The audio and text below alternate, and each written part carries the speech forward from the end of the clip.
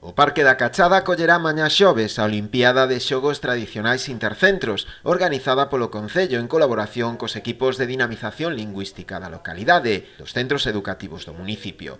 A xornada desenvolverase en horario de mañá, entre as 10 e a 1.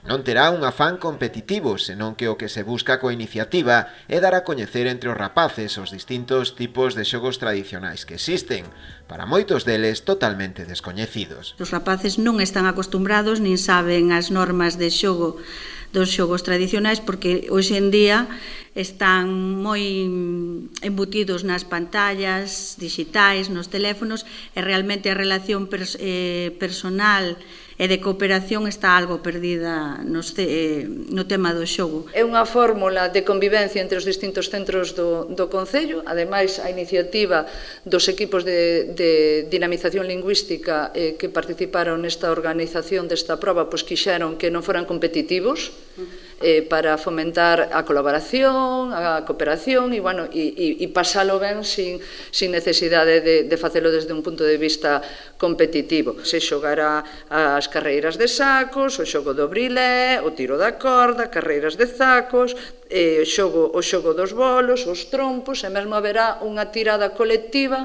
de trompos, non? Sumándose tamén a iniciativa que tamén estarán presentes no día de mañá de Brinquedia de facer o día do trompo.